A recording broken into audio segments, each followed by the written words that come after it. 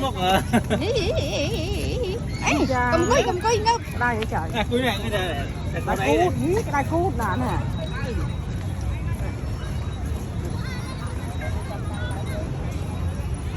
Này. Cười ạ. Cười ạ.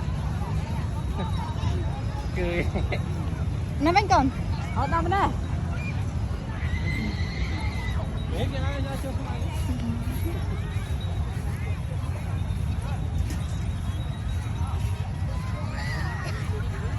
Này cái đa lên đấy ôn. Riêng tay. Cái bu.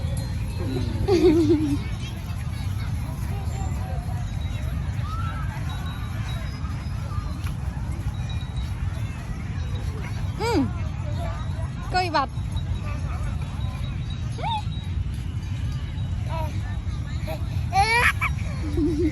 Coi gì nữa? Hạt đấy cần.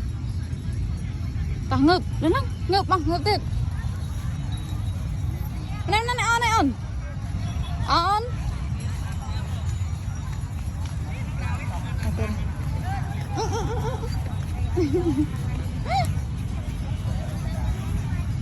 Nó tao dê, nó dê on dê. Tao dê đó.